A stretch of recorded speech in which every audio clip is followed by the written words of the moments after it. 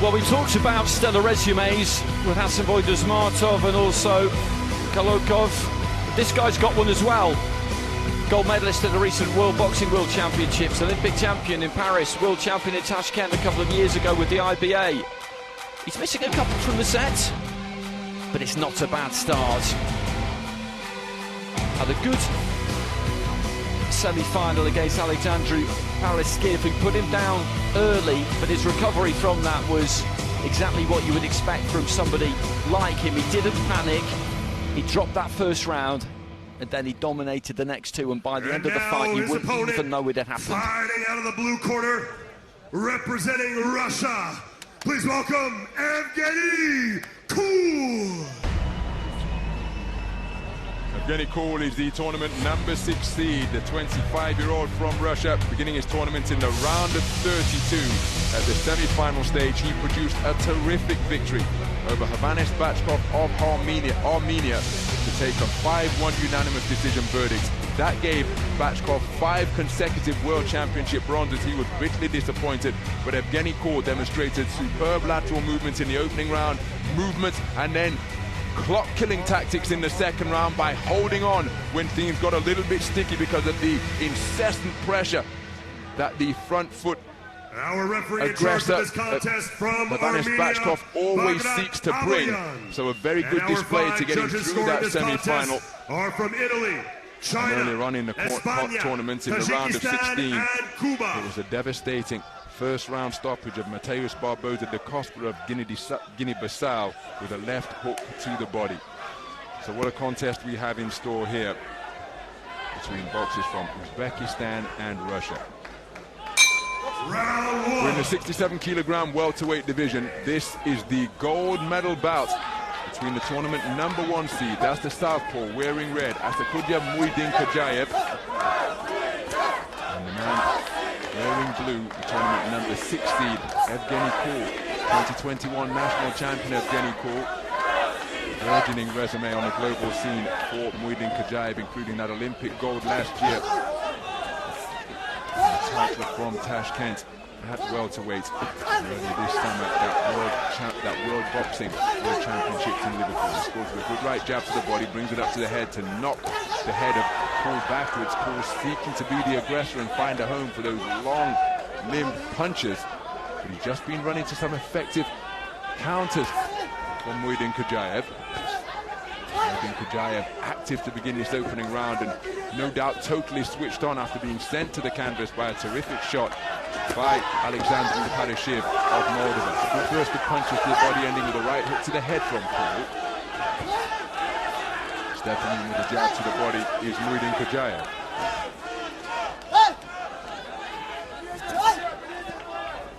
So MUYDINKHUJAEV just celebrating that jab as he spins off the line, counterclockwise to his right. KOOL seeking to continue to press, showing good composure. Moving ahead nicely is MUYDINKHUJAEV. Change of jab, but again it was MUYDINKHUJAEV that appeared to be a little more authoritative, snapping the head back of KOOL, as you can, and then KOOL reciprocated by landing a stiff, straight jab of his own.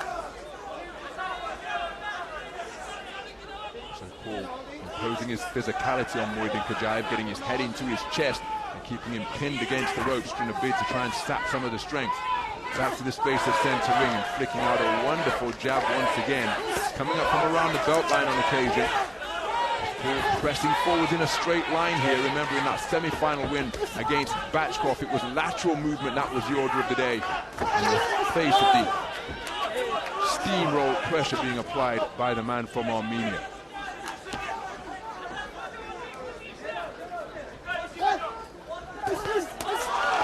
Shot combination from MUYDINKHUJAEV, ending with that body shot success.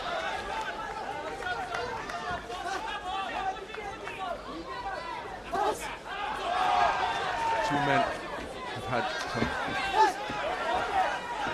simultaneous exchanges of jabs, but the busier boxer for my money, there's a 10-second clapper. Sounds here, I was about to say imminent. Busier boxer and a more effective boxer through the first 3 minutes has been MUYDINKHUJAEV. Beautiful movement laterally, good variety in his work, and I think the man in red has done enough to take the opening round. I don't think there's an awful lot in it though. I thought KOOL was good at times there, got onto the front foot for a portion of the round, that long 1-2 into the body. There wasn't an enormous amount landed clean from either one of them, but I'd say you're probably right, MUYDINKHUJAEV is very, very good at keeping it where he wants it. He's got this ridiculously long reach, and there you see a jab there, but just before that a good counter right hand, and KOOL was maybe made to fall in slightly at times, and MUYDINKHUJAEV has got it 10-9 with all of the judges, and the problem that KOOL has got now is that he's going to have to bring it even more, and that will suit him. That's why that first round in these 3-round fights is often so important, isn't it? Indeed it is.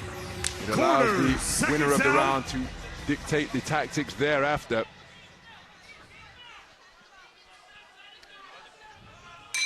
Round 2. As we move into the second round, 67 kilogram welterweight gold medal bout. Asadkhuja MUYDINKHUJAEV holds every available global title on offer, and he's taken the first round unanimously, has the man in red. Evgenii KOOL trying to quicken his feet and increase his punch output, but look at how he's been deterred in that regard by that incessant lead right hand of MUYDINKHUJAEV. Terrific start to the round, and again, it just gives KOOL something to think about as he tries to work his way inside. He's not just going to be able to blaze his way in. He's not that type of boxer. He's remaining disciplined as he gets through the good southpaw right jab of his own. Good left cross over the top from MUYDINKHUJAEV. Excuse me, from KOOL, with MUYDINKHUJAEV on the ropes.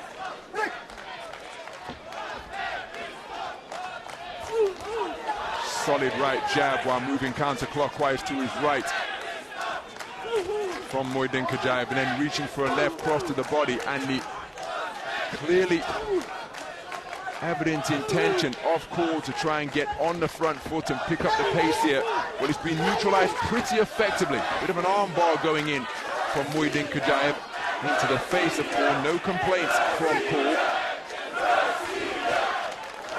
And we've got cries of Russia, Russia in response to those of Uzbekistan coming from each side of the arena here at the Dubai Duty-Free Tennis Stadium. Halfway through the second round, and the increase in tempo that Evgenii KOOL has tried to inject has been matched and indeed raised by the defending champion. Very good display indeed. So what can KOOL do now in a bid to turn things in his favor? There's just a smearing of red on the forehead of Evgenii KOOL. I'm trying to discern whether it's a graze or a cut. I think it's a graze. There's a nice right hook to the body, but it's reciprocated immediately by MUYDINKHUJAEV, but then KOOL kept the attack going to make it first and third boxing in his favor. Looking to pin his man on the ropes once again and rubbing that head into the cheek of MUYDINKHUJAEV. Nice jab, body then head from MUYDINKHUJAEV, who then maintaining the gap. Little bit of an alley shuffle. He's tagged by a slapping right hand. He boxes his way effectively off the ropes and gets back to the space of ring center. Nice right hook into the body from KOOL. The lead right hook to the head was short of the mark. So KOOL very much in this round. Roundhouse left from Evgenii KOOL. But again, with 25 seconds remaining, I'm not sure that it's done enough, that it's been enough to win the round. There is time, of course, for a moment of quality or indeed a finishing shot to be produced. But MUYDINKHUJAEV decked in the opening round of his semi-final, but he's been switched on from the opening bell tonight. It's physical on the inside. And that concludes the second round. Ladies and gentlemen, well, Evgenii KOOL just getting onto the front foot there as he absolutely had to, trying to bring as much pressure as he could to the door of MUYDINKHUJAEV. I didn't see a great deal of difference between that second round and the first round, to be honest, and he does need something with the scorecards here, Evgenii KOOL. I don't think he's quite done enough to take it myself, and he's going to have a mountain to climb in that third round. We'll wait for the scores to come out, and he's been effective at times, hasn't he? A reasonable amount of what he's done has worked, but against somebody like this, you have to find that really elusive tipping point where you convert that into a round win, and he hasn't quite managed to do it in either of those first two rounds. So he's got it all to do. 2-point margin with all 5 judges, and he needs 10-8s. He needs something absolutely huge, and this man is touching distance away from yet another major title.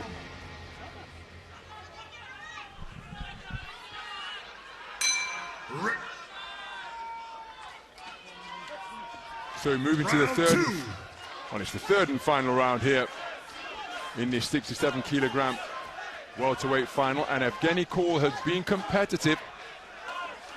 He's certainly trying to implement his own tactics, but Asadkhuja MUYDINKHUJAEV did an outstanding job in the second round of being prepared for the increased intensity and punch output from Evgenii KOOL, and he was not only prepared for it, he matched it and imposed his own increase in intensity, accuracy and punch output. I thought his variety of work was really impressive, and he made himself a unanimous victor of that round. And look at that for an eye-catching southpaw right from around his kneecap, and he's maintaining the gap with that counterclockwise movement and occasional snaking out of those straight punches.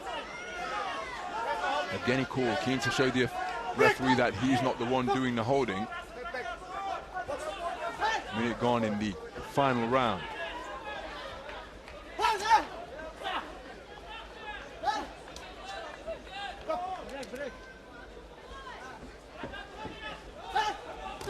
So KOOL keeping his shape and his discipline as he presses forward with 2 and 3 phase attacks, but he's not really produced the accuracy he was searching for.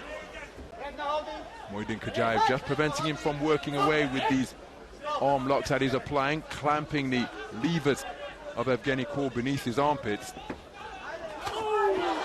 Check right hook was celebrated with an ooh from MUYDINKHUJAEV. That was audible from our commentary position here ringside. And again, this is exactly, well, not exactly, it's a version of what Evgenii KOOL is. He goes in search of a leaping right hook, but it's a version of what Evgenii KOOL did to Havanis Bachkov in the semi-final. He neutralized the front foot pressure and then just allowed the clock to tick down while he got himself entwined with the Armenian perennial medalist. KOOL trying to work his way into range in search of that 10-8 round that he needs. But he's too clever for this MUYDINKHUJAEV, and that's why he's maintaining the gap, and then when his man comes close to him, clinches, waits for the intervention of the ref. And just a little bit of desperation creeping into the work of Evgenii KOOL now, and that's understandable. Launching big southpaw lefts, but not able to find the range, and he's wrapped up on the inside by MUYDINKHUJAEV once again. Locking those arms beneath his own armpits until the referee intervenes with a command of stop. You won't want to pick up a warning for that, but now with the 10-second clapper sounding here at the Dubai Duty Free Tennis Center, MUYDINKHUJAEV is on his way to back-to-back goals and is continuing this golden run through the three-round format of IBA-style boxing. The 2023 world champion, the Olympic champion from Paris last summer, the 2025 World Boxing World Championship titleist is about to claim his second consecutive IBA World Championship title in the 67-kilogram welterweight division. Boxer and the grandson of Muhammad Ali. And it was a typically good performance. I don't really think that there was that much more that Evgenii KOOL could have done there. He brought a consistently high level of educated pressure, but against MUYDINKHUJAEV, educated isn't good enough. It needs to be rocket scientist levels, doesn't it? It's brain surgery, it's all of that. You need to be absolutely exceptional, and we saw in his semi-final he was put down really early. That might have shaken another fighter, and it just didn't. It didn't. He got up and he took care of business, and he took care of business now, there. Ladies and gentlemen, at the end of 3 full rounds, we go to the judges at ringside. They see this contest as a win on points, declaring your winner by unanimous decision. Fighting out of the red corner, representing Uzbekistan, Asadkhuja MUYDINKHUJAEV. So Asadkhuja MUYDINKHUJAEV makes it back-to-back IBA world titles in the 67-kilogram welterweight division, and a fantastic run through the tournament, seizing Hussein to top spot on the podium once again. Evgenii KOOL has had an outstanding campaign here at Dubai 2025 with some eye-catching knockout victories, some dominant displays at his quarter-final. And he gave once 3 again, counts and decked his opponent with his vaunted for southpaw left our hook. winner and now IBA The outstanding World work Champion, at the semi-final stage to eliminate Havanes Bachkov. Ran into Asadkhuja Muydinkhujaaev in the gold medal bout, and he receiving that most precious prize of all, as well as the check for $300,000 US. Fantastic series of performances once again, getting off the floor in the semi-final. For the national anthem of our champion, is a back-to-back IBA world champion.